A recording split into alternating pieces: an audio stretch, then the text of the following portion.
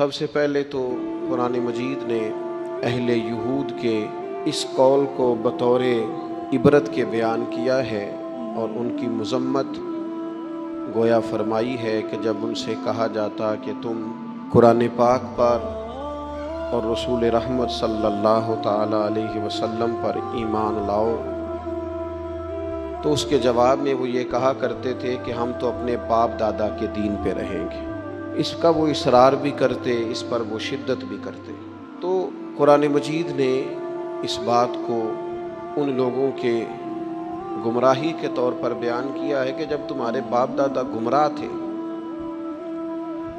کفر و شرک پر تھے، گمراہی اور دلالت پر تھے، تو پھر تمہارا یہ اصرار کیوں ہے کہ ہمیں اپنے باپ دادا ہی کے دین پر رہنا ہے؟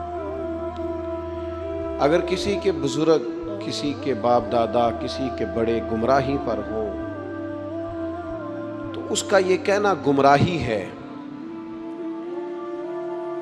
اس کا یہ کہنا دلالت ہے کہ میں اپنے بڑوں کے طریقے پہ رہوں گا۔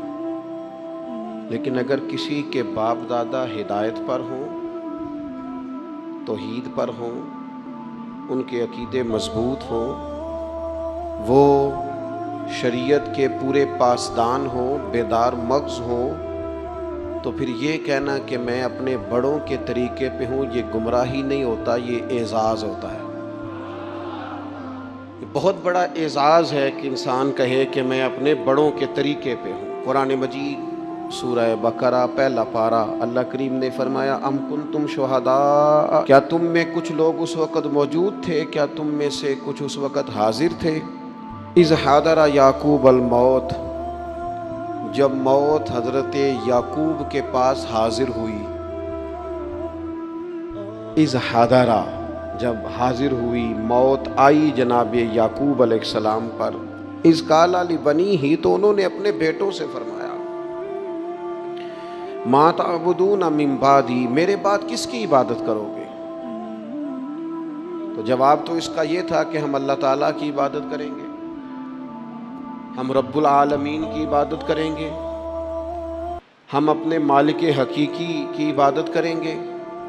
لیکن حضرت یعقوب کے بیٹوں نے کیا جواب دیا؟ قرآن مجید کہتا ہے قالوا نعبد الہک، ہم آپ کے معبود کی عبادت کریں گے۔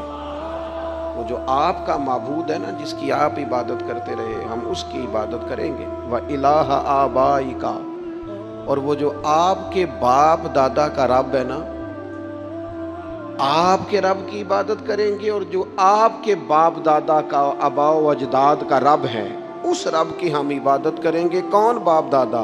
ابراہیم و اسماعیل و اسحاق، ہم جناب اسماعیل کے رب کی عبادت کریں گے، جناب اسحاق کے رب کی عبادت کریں گے، ہم حضرت اسماعیل علیہ السلام کے رب کی عبادت کریں گے، آپ کے رب کی عبادت کریں گے، آپ کے آباء و اجداد کے رب کی عبادت کریں گے۔ اور آباء و اجداد کون ہیں؟ جناب ابراہیم، جناب اسماعیل، جناب اسحاق۔ اب جا کے کہا الہ واحد، ان کا معبود ایک ہی معبود ہے، ان سب نبیوں کے معبود ہم اس رب کی عبادت کریں گے جو آپ کا رب ہے، آپ کے آباء و اجداد کا رب ہے، ابراہیم و اسماعیل و اسحاق کا رب ہے۔ اگر کسی شخص کے بڑے گمراہ ہوں اور پھر وہ ان کا ذکر کرے کہ میں اپنے بڑوں کے طریقے پہ ہوں، تو یہ اس کا ذکر گمراہی ہے۔